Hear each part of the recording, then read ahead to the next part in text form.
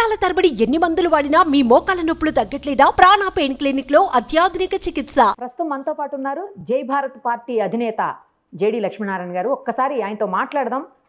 నిన్న జరిగినటువంటి రిజల్ట్ ఎలా అనిపిస్తోంది? కూటమికి వచ్చినటువంటి ఈ గ్రాండ్ విక్టరీని ఆయన ఎలా విశ్లేషిస్తారు? ఒక్కసారి ఆయన మాటలోనే వినేద్దాం. సార్ నమస్తే అండి. జై భారత్ నిరుపమ గారు. సార్ ఫస్ట్ ఆఫ్ ఆల్ కొంచెం ఏంటంటే బాధాకరమైన విషయం, మీలాంటి మేధావులు, అన్నీ తెలిసిన వాళ్ళు, అలాగే ఇంటెలెక్చువల్స్ ఎందుకు మిస్ అయ్యారు అనేది ఒక చిన్న బాధాకరమైనటువంటి విషయం సార్. పార్టీ విషయం పక్కన పెడితే మీరు వ్యక్తిగతంగా కూడా రాలేదు అనేది చాలా మంది ఫీల్ అవుతున్నటువంటి విషయం. ఏం పర్వాలేదు, ఎందుకంటే మనం అక్కడ ఉన్నా కూడా బయట ఉన్నా కూడా ప్రజల సమస్య పరిష్కారం గురించి మనం పాటుపడుతూ ఉంటాం. ప్రజలు ఒక్కసారి ఒక్కొక్క రకంగా కోరుకుంటూ ఉంటారు. తర్వాత మేము చేసే రాజకీయాలు ప్రస్తుత రాజకీయాలకి అవి అంతగా దాంట్లో సింక్ కూడా అవ్వట్లేదు. మేమంతా కూడా ఈ జీరో బడ్జెట్ పాలిటిక్స్ తో వెళ్లాల్సిన, మేము ఒక రూపాయి కూడా ఎక్కడ పంచే విధానాలు మా దగ్గర ఉంటాం. ఏదో గెలుపులు ఓటములు అనుకుంటున్నాం కానీ యాక్చువల్ గా ప్రజాస్వామ్య వ్యవస్థలో ఎలక్షన్ విధానం ఏ విధంగా ఉంటుంది అన్నది కూడా మనం అందరం ఆలోచించాల్సిన విషయం. ఒక్కొక్క ఓటుకి 2,000 రూపాయలు 3,000 రూపాయలు పంచే ప్రస్తుత పరిస్థితి నుంచి ఈ ప్రజాస్వామ్యాన్ని ఎలా బయటికి తీయాలన్న ఆలోచనలతో మేము ఎప్పుడూ ఉంటాం. కాబట్టి ఆ నియమావళిలో మేము ఒక్కొక్కసారి ఫిట్ కాకపోవచ్చు. కాబట్టి ఒక మారుతున్న పరిస్థితిలో మా ప్రయత్నాలు మేము చేస్తూనే ఉంటాం. ప్రజలు బాగుండాలి, ప్రజాస్వామ్యం బాగుండాలి, ప్రజా సమస్యలు అవి పరిష్కరించబడాలి అని ఎక్కడున్నా కూడా కోరుకునే వ్యక్తుల్లో నేను కూడా ఒకటి. కాబట్టి ఎక్కడ ఉన్నామన్నది పెద్ద ప్రధానమైన అంశం కాదు, మనం ఏం చేస్తున్నామన్నది ముఖ్యమైన విషయం.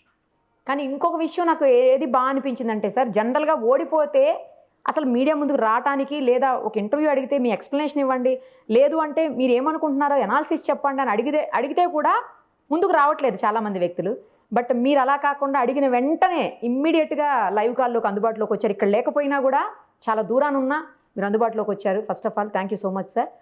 ఎందుకంటే మీరు అన్నట్లు గెలుపు ఓటములు సహజం, మన ఈ బ్యాటిల్లో సహజం. అది ఐపీఎల్ అయినా, లేకపోతే ఇండియన్ ప్రీమియర్ లీగ్ అయినా, ఇండియన్ పొలిటికల్ లీగ్ అయినా. సో దాన్ని సమానంగా తీసుకోగలిగినప్పుడే ముందుకు పోగలుగుతాం సార్. డెఫినెట్గా మీరు ఖచ్చితంగా మీరు మంచి పాలిటిక్సే చేస్తారు, చెయ్యాలి, అందులో డౌటే లేదు.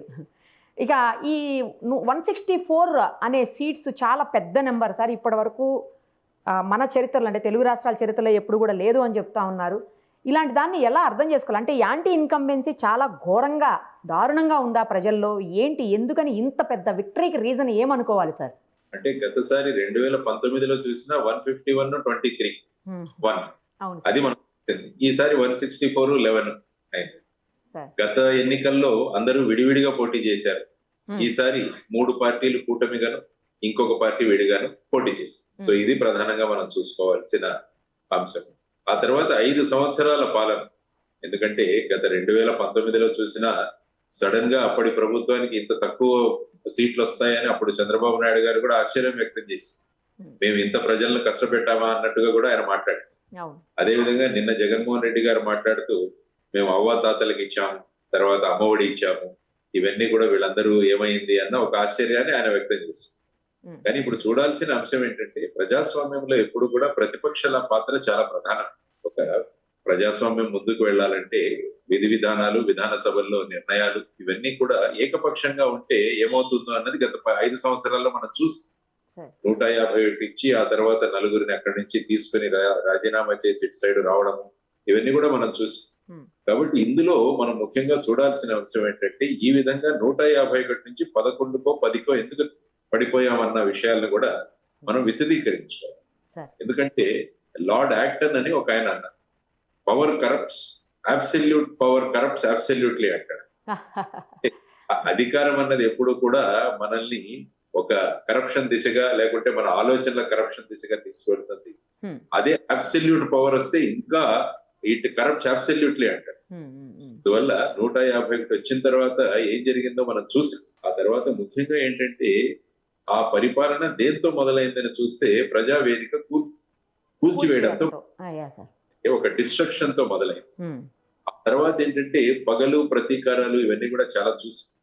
అసెంబ్లీలో ఏదైతే సమావేశాలు జరిగామో, ఏ విధమైన పదజాలం ఉపయోగించడం జరిగింది, ఏ విధంగా వ్యక్తిగత స్థాయికి, అంటే హిట్టింగ్ బిలో ది బెల్ట్ అంట, ఆ విధంగా ఇంట్లో వాళ్ళ విషయాలు, ఇంట్లో వాళ్ళని కించపరిచేటట్టు మాట్లాడడం, తర్వాత ఆ పదజాలం, ఇవన్నీ కూడా చూస్తే ప్రజలలో ఒక రకమైన ఏవగింపు కలిగి. సార్ ఎందుకంటే ఎమ్మెల్యేలు ఈ విధంగా మాట్లాడుతున్నప్పుడు వాళ్ళని నిరోధించాల్సిన బాధ్యత ఆ పార్టీ యొక్క లీడర్. అలా కాకుండా వాడు మాట్లాడే విషయాలని నవ్వుతూ ఎంజాయ్ చేస్తుంటే ఏమవుతుందంటే what message you are sending. అంటే ఆ పవిత్రమైన అసెంబ్లీలో ఈ విధమైన పదజాలం ఉపయోగిస్తున్నప్పుడు మనం దాన్ని నివారించకపోగా దాన్ని ఇంకా ప్రోత్సహిస్తుంటే ఈ వీటిని చూసి సమాజంలో కూడా అనేక మంది పదజాలం మారిపోయింది. మరి ఎవరు కూడా గౌరవంతో మాట్లాడే విధానాలు లేవు. వాడు వీడు ఈ రకాలుగా మాట్లాడుకోవడం మొదలైంది. పెద్దల గురించి కానీ ఎవరితో కూడా ఒక రకంగా మర్యాద అన్న వాతావరణం తగ్గిపోయింది రాష్ట్రం. ఆ తర్వాత చూసుకుంటే ముఖ్యంగా మీరు ఎంప్లాయీస్ చాలా ప్రధానమైన పాత్ర పోషిస్తారు. ఎప్పుడైనా కూడా ఒక ఎన్నికల సమయంలో ఎంప్లాయీస్ అన్న వాళ్ళు అంటే కేవలం ఎన్నికల విధులు కాదు, ఒక ప్రభుత్వం పట్ల ప్రజలలో అభిప్రాయం ఏర్పడడానికి కూడా ఈ ఉద్యోగస్తులు చాలా కారణం. అందువల్ల మీరు చూసుకుంటే గతంలో కూడా చంద్రబాబు గారు ఓడిపోవడానికి కారణం కూడా ఎంప్లాయీస్ అని అప్పుడు అన్నారు, ఉద్యోగస్తులే కారణం అని అన్నారు. ఈసారి కూడా తీసుకుంటే ముఖ్యంగా వాళ్ళు మొదట్లో సిపిఎస్ ఓపీఎస్ గురించి వాళ్ళ ప్రధానమైన వాదన. Old pension scheme, contributory pensions. ప్రస్తుతం ఉన్న కాంట్రిబ్యూటరీ పెన్షన్ స్కీమ్ తీసేసి ఓల్డ్ పెన్షన్ స్కీమ్ తీయాలని అప్పుడు వారు పాదయాత్ర చేస్తున్నప్పుడు ఇస్తే ఆయన ఏమన్నారంటే ఇదేమన్నా ఒక వారంలో మనం పెట్టేద్దామని. ఈ 5 సంవత్సరాల్లో ఈ సిపిఎస్ ఓపీఎస్ కాకుండా వారు కొత్త విధానాన్ని తీసుకొచ్చారు. అది ఉద్యోగులు ఎవరు కూడా ఇష్టపడరు. ఆ తర్వాత ముఖ్యంగా ఎలక్షన్లు సమీపిస్తున్న దృష్టిలో ముఖ్యంగా మహిళల మీద, అంటే అంగన్వాడీ సేవికల మీద, తర్వాత వచ్చేసి ఈ మన మిగతా అంగన్వాడీ సేవికలు కావచ్చు, లేకుంటే ఆశా వర్కర్లు కావచ్చు, వీళ్ళందరి మీద ఏ విధమైన బల ప్రయోగం చేసి వాళ్ళని అరెస్ట్ చేసే వరకు వెళ్ళింది. కాబట్టి వీళ్ళంతా ఏంటంటే వీళ్ళ భావనలు ప్రజల్లోకి తీసుకెళ్ళారు. కాబట్టి ఇదొక ప్రధానమైన కారణం. పార్టీ మీరు అన్నారు కదా 164 ఈ 11 ఏ విధంగా. ఆ తర్వాత వచ్చేసి ఏంటంటే ల్యాండ్ టైటిలింగ్ యాక్ట్ అన్నది కూడా ఒకటి ప్రధానమైన భూమిక పోషించింది. ఎందుకంటే నీతి ఆయోగ్ పంపించిన ల్యాండ్ టైటిలింగ్ యాక్ట్ ఏదైతే ఉందో అది దేశంలో ఒకే ఒక రాష్ట్రం ఒక చట్టం ద్వారా తీసుకొచ్చింది, అది కూడా ఆంధ్రప్రదేశ్. ఆ తర్వాత ఏంటంటే మన భూముల్లో అంతా కూడా సర్వే చేసి ఈ భూమిలో రాళ్లు పాతారు. ఆ రాళ్ల మీద కూడా ముఖ్యమంత్రి గారి చెక్కడం ఉండటం, ఆ తర్వాత పాస్ పుస్తకాల మీద కూడా ఆయన బొమ్మ వేయడం, ఇవన్నీ కూడా ల్యాండ్ టైటిలింగ్ యాక్ట్ వచ్చిన తర్వాత సివిల్ కోర్టుల యొక్క జోక్యం ఉండదు. దానివల్ల ల్యాండ్ డిస్ప్యూట్స్ ఇంకా పెరుగుతాయి. ఈ కబ్జాలు ఏవైతే జరుగుతున్నాయో అవి ఇంకా పెద్ద రీతిన జరుగుతాయి అన్నది ఒకటి ప్రబలంగా తీసుకువెళ్ళడం జరిగింది ప్రజల్లో. ముఖ్యంగా అడ్వకేట్లు కూడా ల్యాండ్ టైటిలింగ్ యాక్ట్ కి విరోధంగా చాలా సార్లు నిరసనలో కూర్చున్నారు, 50 రోజులు 60 రోజులు. సో ఇది ప్రధానంగా ఒక వ్యవస్థ. తర్వాత వాలంటీర్ వ్యవస్థ. వాలంటీర్ వ్యవస్థ కూడా ఎందుకంటే 2019లో చూసుకుంటే అప్పుడు జన్మభూమి కమిటీలు అని ఉంటాయి. జన్మభూమి కమిటీల వల్ల కూడా అప్పుడు చంద్రబాబు ప్రభుత్వానికి చెడ్డ పేరు వచ్చింది. అప్పుడు వారు ఓడిపోవడానికి కూడా ప్రధాన వన్ ఆఫ్ ది రీజన్స్ వచ్చేసి జన్మభూమి కమిటీ.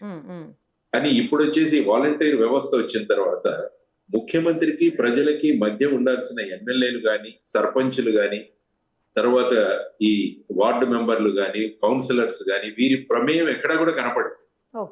డైరెక్ట్ గా అక్కడ నుంచి వాలంటీర్లు అన్ని చూసుకుంటారు అన్నది. దానివల్ల ఏంటంటే ఆ పార్టీలో ఉన్న క్యాడర్ కూడా నిరుత్సాహపడి, ఎందుకంటే ప్రజలకు వెళ్లాలంటే మేము ప్రభుత్వ విధి విధానాలు డైరెక్ట్ గా కాదు వాలంటీర్లు అన్ని తీసుకువెళ్తున్నారని వాళ్ళు కూడా నిరుత్సాహాన్ని వ్యక్తం చేయడం. కాబట్టి ఆ కనెక్ట్ అన్నది, పార్టీ కనెక్ట్ విత్ పీపుల్ అన్నది తగ్గిపోయింది. కాబట్టి వాలంటీర్ వ్యవస్థ. తర్వాత పన్నులు, విపరీతమైన పన్నులు, ట్యాక్స్ సిస్టమ్ మీరు చూసుకుంటే ఎలక్ట్రిసిటీ ఛార్జెస్ 2 సార్లు పెంచారనుకుంటారు.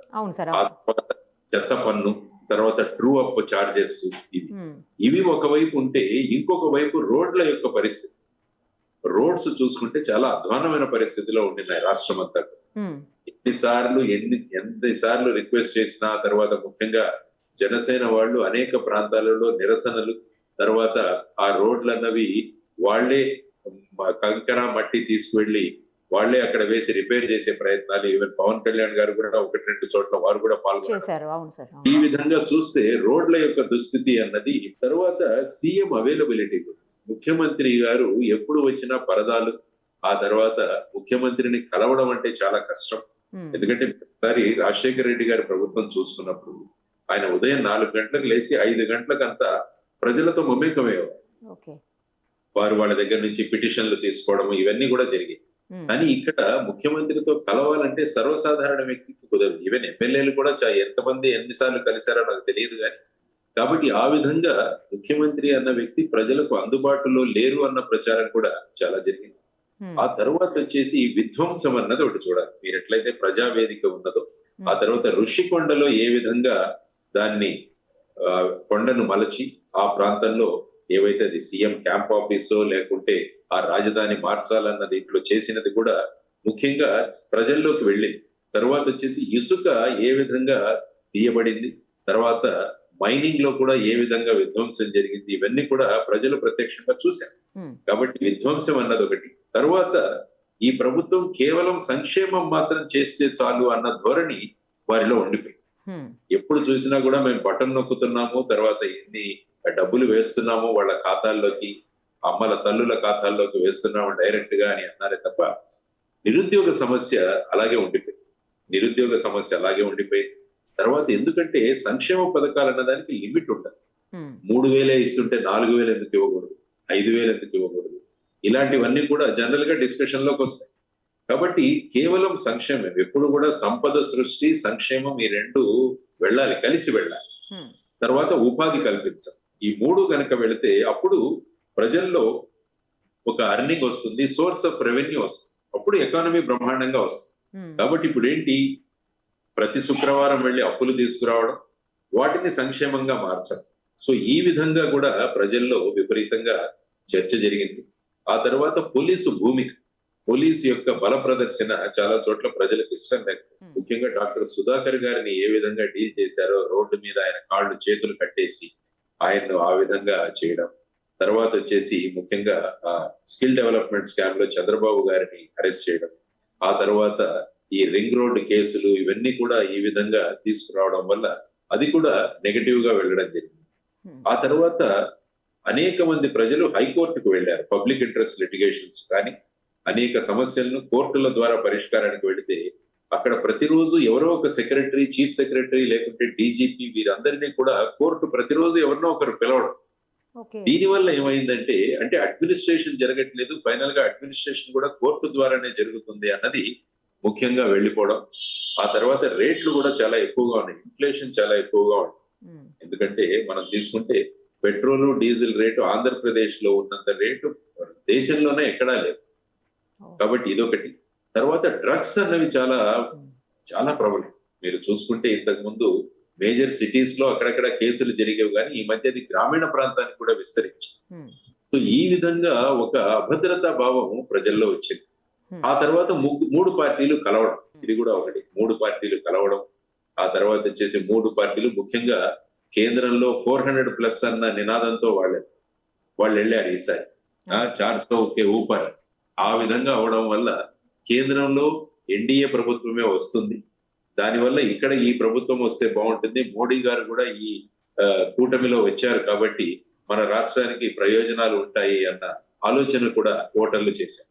కాబట్టి ఈ కారణాలన్నీ కూడా మీరు విశదీకరించుకుంటే ఓటర్లు ఈ ప్రభుత్వం మారాలి అన్న ఒక, అంటే మొత్తం ఎక్కడి నుంచి చూసుకున్నా కూడా వారికి 4 ఎంపీ స్థానాలు, తర్వాత 11 అసెంబ్లీ స్థానాలు తప్ప మిగతా అన్ని చోట్ల కూడా మెజారిటీలు కూడా చాలా విపరీతంగా చాలా ఎక్కువ వచ్చింది సార్. అవును, కరెక్ట్. చాలా ఎక్కువ. ఇంతకుముందు 1000, 2000 ఈ విధంగా వచ్చి ఇప్పుడు 1000, 10,000, 90,000 ఇలాంటివి 2-3 ప్రదేశాల్లో రావడం ఇవన్నీ కూడా జరిగింది.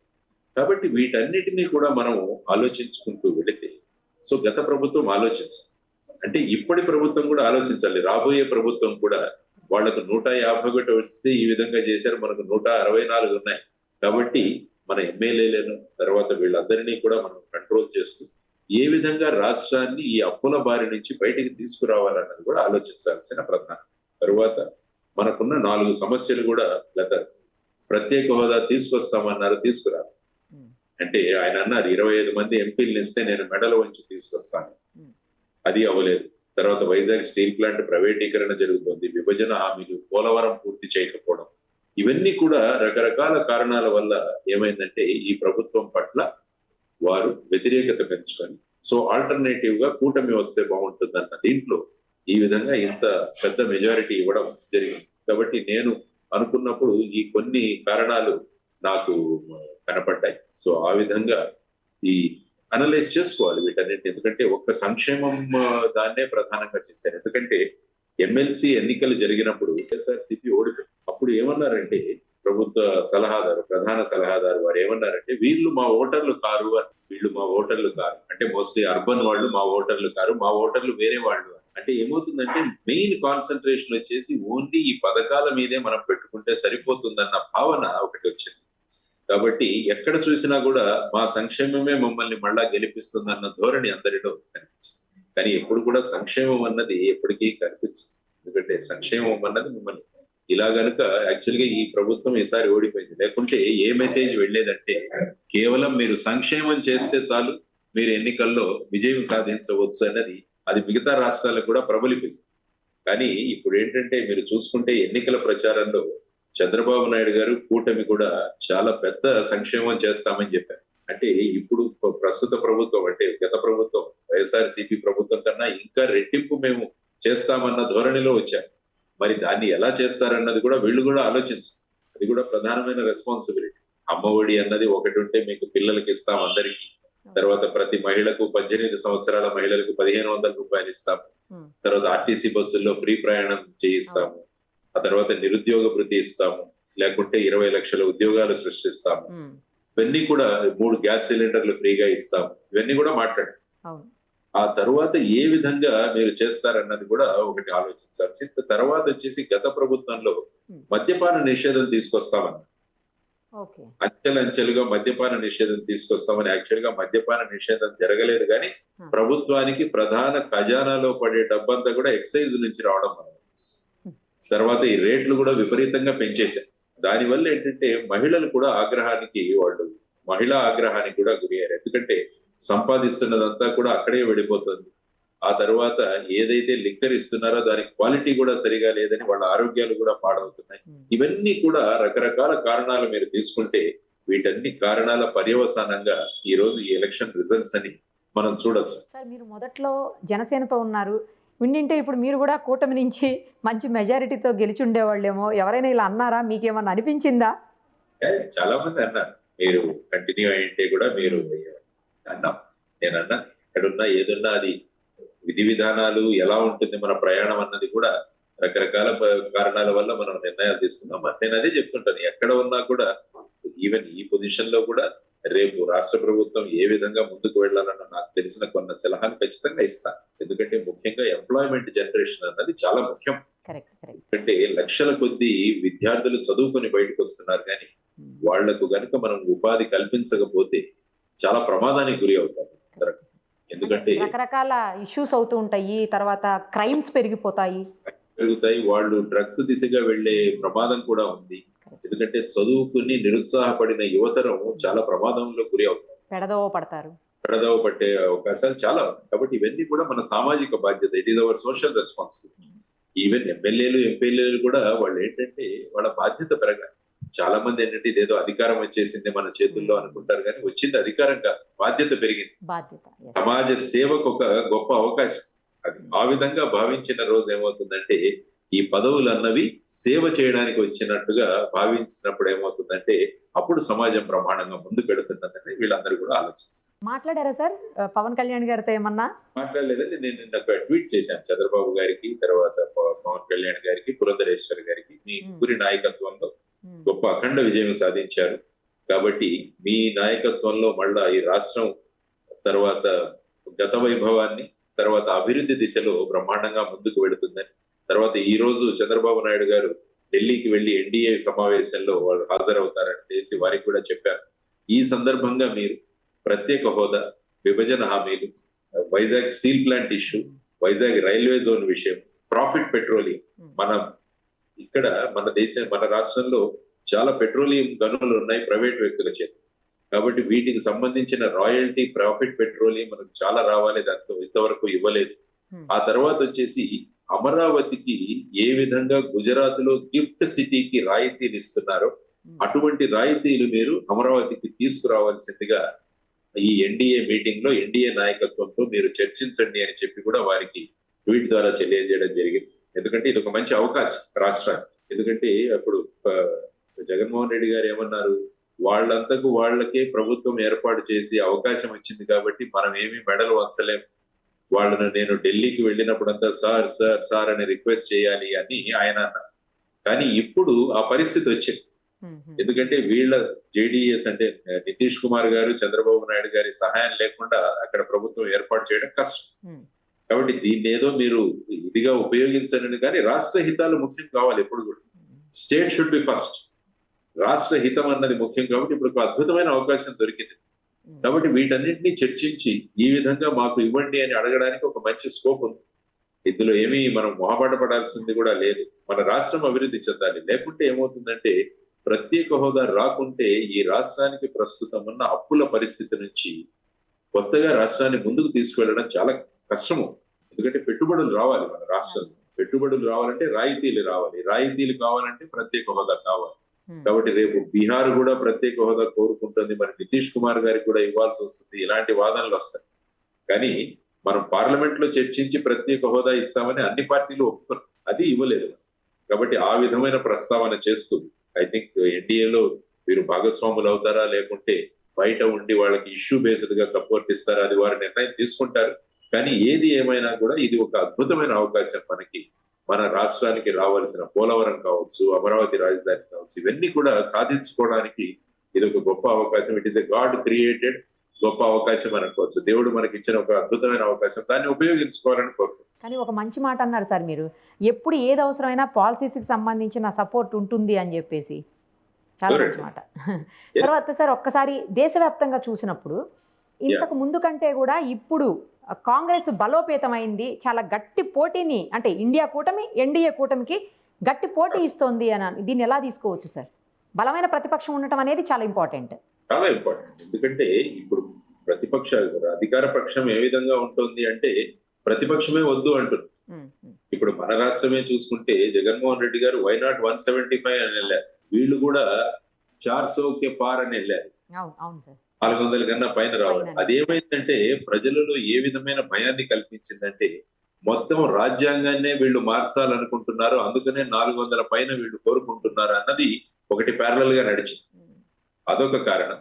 రెండవది వచ్చేసి ఎందుకంటే మీరు 2004వ సంవత్సరంలో చూసుకున్నా కూడా అప్పుడు ఎన్నికల్లో భారతీయ జనతా పార్టీ అంటే అటల్ బిహారీ వాజ్పేయి గారు ఉండేవారు ప్రధానమంత్రిగా. అప్పుడు ప్రమోద్ మహాజన్ గారు ఇండియా షైనింగ్ అన్నది ఒక నినాదం పెట్టారు.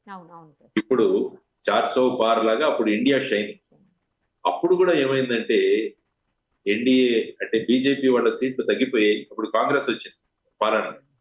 కాబట్టి ఇప్పుడు కూడా ఈ 400 పార్ అన్నది ఏంటంటే ఏ విధంగా పనిచేసింది అంటే వీళ్ళు రాజ్యాంగాన్నే మార్చే దిశలో ఉన్నారని కాంగ్రెస్ ఇండియా కూటమి ఆ 400 పార్ అన్నదాన్ని ఆ విధంగా ప్రజల్లోకి తీసుకెళ్ళడం నెంబర్ 1. నెంబర్ 2 వచ్చేసి ఇండియా కూటమిలో ఉన్న వాళ్ళు కూడా వాళ్ళ మధ్యలో ఉన్న డిఫరెన్సెస్ ఏవైతే ఉన్నారో అట్లీస్ట్ ఎలక్షన్ కు దగ్గర వరకు మటుకు అవి మర్చిపోయి అందరూ ఒక కూటమిగా ఏర్పాటై వీళ్ళు కొంత త్యాగాలు చేసి కొన్ని సీట్ల సర్దుబాటు ఇవన్నీ చేసుకోవడం వల్ల ఈరోజు 234 వరకు వెళ్ళారు. అంటే యాక్చువల్ గా ఇప్పుడు మళ్ళీ ఎన్డీఏ ప్రభుత్వమే ఏర్పడుతుంది. అంటే 272 కావాలి, బలంగా ఉంది అనేది 292 ఉన్నా ఇంకొక 17-18 మంది ఇతరులు కూడా ఉన్నారు. వారు ఏ సైడ్ న వెళతారన్నది కూడా ఇంకా సరిగా తెలియదు. కాబట్టి ఎన్డీఏ అన్నది ఒక 3వసారి ప్రభుత్వం ఏర్పాటు చేస్తుంది, దేర్ ఇస్ నో డౌట్. కానీ ఇంతకు ముందున్నట్లుగా 303 సీట్లు గాని ఆ విధంగా స్వబలం మీద సొంత బలం మీద భారతీయ జనతా పార్టీ అన్నది ప్రభుత్వం ఏర్పాటు చేయలేదు. ఎందుకంటే వాళ్ళకి 240 వచ్చాయి. సో ఇటువంటి సమయంలో ఇటువంటిది మంచిది దేశానికి కూడా నేను అంటాను. ఎందుకంటే సంకీర్ణ ప్రభుత్వాలు ఎప్పుడైతే ఉంటాయో అప్పుడు జాగ్రత్తగా రూలింగ్. ఈవెన్ మీరు యూపీఏ 1 యూపీఏ 2 తీసుకున్నా కూడా అప్పుడు కూడా వాళ్ళకి అబ్సల్యూట్ మెజారిటీ ఏమీ లేదు. అప్పుడు కూడా 202, 206, 226 ఈ విధంగా ఉంది కాంగ్రెస్ స్వబలం. అప్పుడు మిగతా పక్షాలతో కూటమి చేయాలి. ఇప్పుడు భారతదేశంలో గ్రోత్ రేట్ తీసుకుంటే ఆ రెండు టర్మ్స్ లో గ్రోత్ రేట్ బాగుండేది. జీడిపి గ్రోత్ రేట్ 8% కన్నా ఎక్కువ. కాబట్టి ఎప్పుడైనా కూడా ఆ విధంగా ఉంటే బాగుంటుందని అనుకుంటుంది. తరువాత అన్ఎంప్లాయ్మెంట్, నిరుద్యోగ సమస్య కూడా దేశంలో చాలా ప్రధానమైన ఫ్యాక్టర్ గా మనకి ఈ ఎన్నికల్లో కనిపించింది. ఎందుకంటే గత ఎన్నికలప్పుడు మోడీ గారు ప్రతి సంవత్సరానికి 2 కోట్ల ఉద్యోగాలను సృష్టిస్తామని అన్నారు, కానీ ఆ విధంగా ఉద్యోగ సృష్టి జరగలేదు. ఆ తర్వాత మన పిల్లలు చదువుకొని బయటకు వస్తున్నారు కానీ వారికి తగిన ఉపాధి దొరకలేదు, అది కూడా ఉంది. తర్వాత వచ్చేసి ఇన్ఫ్లేషన్, ద్రవ్యోల్బణం అన్నది కూడా చాలా ప్రధానమైన కారణమైంది. తర్వాత వచ్చేసి ఎలక్షన్ క్యాంపెయినింగ్ అన్నది అభివృద్ధి మీద ఎక్కువగా జరగలేదు. ఎక్కడ చూసినా భావోద్వేగాలు, మతపరమైన రెఫరెన్సెస్ ఇవన్నీ కూడా చేయడం జరిగింది. తర్వాత కొన్ని పర్సనల్ లెవెల్లో కూడా మాటలు ఏర్పాటు చేయడం జరిగింది. కాబట్టి వాటి వల్ల ఏమవుతుందంటే ఎన్నికల ప్రచార స్థాయి తగ్గిపోయింది. Even election commission of India కూడా భారతీయ జనతా పార్టీ అధ్యక్షుడు జేపీ నడ్డా గారికి మెమో కూడా ఇష్యూ చేసింది, షోకాజ్ నోటీస్. ఈ విధమైన పదజాలం ఏదైతే ఉపయోగిస్తున్నారో అది సబబు కాదు అన్నది. ఇవన్నీ కూడా చూసుకుంటుంటే ఏమవుతుందంటే తర్వాత కొన్ని రాష్ట్రాలలో ప్రభుత్వాలను ఏ విధంగా వీళ్ళు విభజించారన్న దాని గురించి కూడా చాలా చర్చ జరిగింది. ఫర్ ఎగ్జాంపుల్ మీరు మహారాష్ట్ర తీసుకుంటే అక్కడ ఉద్ధవ్ ఠాక్రే గారిని, ఏకనాథ్ షిందే, తర్వాత శరద్ పవార్ గారిని, అజిత్ పవార్ గారిని వీరిద్దరిని విడదీయడం. కాబట్టి అక్కడ కుర్చీ కోసం ఈ విధంగా కూడా చేస్తారన్న కామెంటరీ జరిగింది. అప్పుడు ఈసారి చూసుకుంటే మహారాష్ట్రలో ఉద్ధవ్ ఠాక్రే తర్వాత శరద్ పవార్ గారికి ఆటోమేటిక్ గా వాళ్ళకి 30 సీట్ల దాకా వచ్చింది. సో ఈ విధంగా డీల్ చేసిన విధానాలు కూడా కాకపోవడం వల్ల వారు ఏదైతే 400 పార్ అనుకున్నారో ఇప్పుడు వాళ్ళు 292కే పరిమితం కావాల్సి వచ్చింది. కాబట్టి ఖచ్చితంగా అటువైపేమో సంకీర్ణ ప్రభుత్వం, ఇక్కడేమో అబ్సల్యూట్ మెజారిటీ కాదు, 2/3 కాదు, ఇంకా ఆల్మోస్ట్ శాసనసభ అంతా వారి చేతుల్లో ఉన్నట్టు ఈ రెండింటిని ఎలా సమన్వయం చేయాలన్నది కూడా చాలా ముఖ్యమైన అంశం. కాబట్టి చంద్రబాబు నాయుడు గారు అనుభవం ఉందా వారికి, కాబట్టి ఆ అనుభవంతో ఈ రెండింటిని ఎలా వాళ్ళు సమన్వయం చేస్తారన్న చూడాలి. ఫైనల్ గా మన రాష్ట్రం అన్నది అభివృద్ధి చెందాలి, ఆంధ్రప్రదేశ్ మళ్ళా పూర్వ వైభవం రావాలి, మనం అభివృద్ధిలో మనం దూసుకు వెళ్ళాలి, మన యువతరానికి అంతా కూడా ఉపాధి కలగాలి, ప్రజలు ఆనందంగా ఉండాలి, భయభ్రాంతులు కాకూడదు. పోలీస్ యంత్రాంగం అన్నది రూల్ ఆఫ్ లా ని తీసుకురావాలి, పాటించాలి. ఒక పార్టీకి కొమ్ము కాయడం అన్నది అందరూ కూడా ఒక పార్టీ వర్కర్స్ గా ఎప్పుడు పనిచేయదు. ఎప్పుడు కూడా న్యాయాన్ని, చట్టాన్ని ఆ ప్రకారంగా పనిచేసే విధంగా మనం కనుక గవర్నెన్స్ తీసుకురాగలిగితే అప్పుడు నిజంగా ఆంధ్రప్రదేశ్ ప్రమాణంగా ముందుకు వెళుతుందని ఆ దిశగా అందరం కలిసి పనిచేయాలి. అందుకనే నేను జగన్మోహన్ రెడ్డి గారికి కూడా కోరుతున్నది ఏంటంటే మీకు 11 సీట్లే రావచ్చు, కానీ మీరు అసెంబ్లీకి వచ్చి మీ భూమిక చేయాలి. ఎందుకంటే ప్రజలు మిమ్మల్ని ఎన్నుకున్నారు, మీరు తర్వాత ఇంకో 10 మందిని ఎన్నుకున్నారు. వీరు భూమిక శాసనసభలో వచ్చి వాళ్ళు నిర్వహించాలి. అంటే మాకు 11 వచ్చాయి, మేము అసెంబ్లీకి వెళ్ళాము, మేము బాయ్కాట్ చేస్తాము, ఇది కాదు. కాబట్టి ఆ విధంగా కాకుండా ఒక కన్స్ట్రక్టివ్ ధోరణిలో మనం అందరం కలిసి పనిచేసి రాష్ట్రానికి కావాల్సిన విషయాలన్నీ కూడా తీసుకొద్దామన్న భూమిక వహించాలని, అందులో మన పరిపక్వత, మన రాజనీతిజ్ఞత చూపించాలి, ఆ స్టేట్స్మన్షిప్ అన్నది చూపించాలి. పాలిటిక్స్ ఎలక్షన్స్ అయిపోయాయి, ఇంకా మనకు ప్రస్తుతం చూడాల్సింది రాష్ట్ర అభివృద్ధి అన్నది మనం ఎంచుకోవాలి. తర్వాత పగలు ప్రతీకారాలు కాకుండా ఈ రోజు కూడా చూస్తున్నాను కొన్ని ఇప్పటి వైఎస్ఆర్సీపీ ఆఫీసుల మీద, ఇళ్ల మీద కూడా రాళ్ల దాడి అని కొన్ని చూశాను. ఇవన్నీ కూడా సక్రమం కాదు ఇవన్నీ. కాబట్టి నాయకులు వాళ్ళ కాడర్లను, శ్రేణులను నిరోధించాలి. ఎన్నికలు అయిపోయి, ఎన్నికల్లో ప్రజలు తీర్పు ఇచ్చారు. ఇప్పుడు మనం ప్రజలు ఇచ్చిన తీర్పుని దాన్ని మనం ట్రాన్స్లేట్ చేసి వాళ్ళ అభివృద్ధి కోసం మనం కృషి చేయాలన్న ధోరణి మన రాజకీయ నాయకులు తీసుకోవాలని, అందులో ఈ సమన్వయ భూమిక, తర్వాత రాష్ట్రం కోసం ఏదైనా హితవు కోసం ఏదైనా సలహాలు, సంప్రదింపులు అయితే కూడా మేము ఎప్పుడు కూడా ముందుంటాం. జై భారత్ నేషనల్ పార్టీ రాష్ట్ర హితవు, రాష్ట్ర అభివృద్ధిని కోరుకుంటుంది ఎప్పుడని తెలియజేస్తాం. మంచి విశ్లేషణ sir, thank you so much. నమస్తే అమ్మా, జై భారత్. Thank you. సుమన్ టీవీలో మీ పర్సనల్ అండ్ బిజినెస్ ప్రమోషన్స్ కోసం కింది నెంబర్కి కాంటాక్ట్ చేయండి.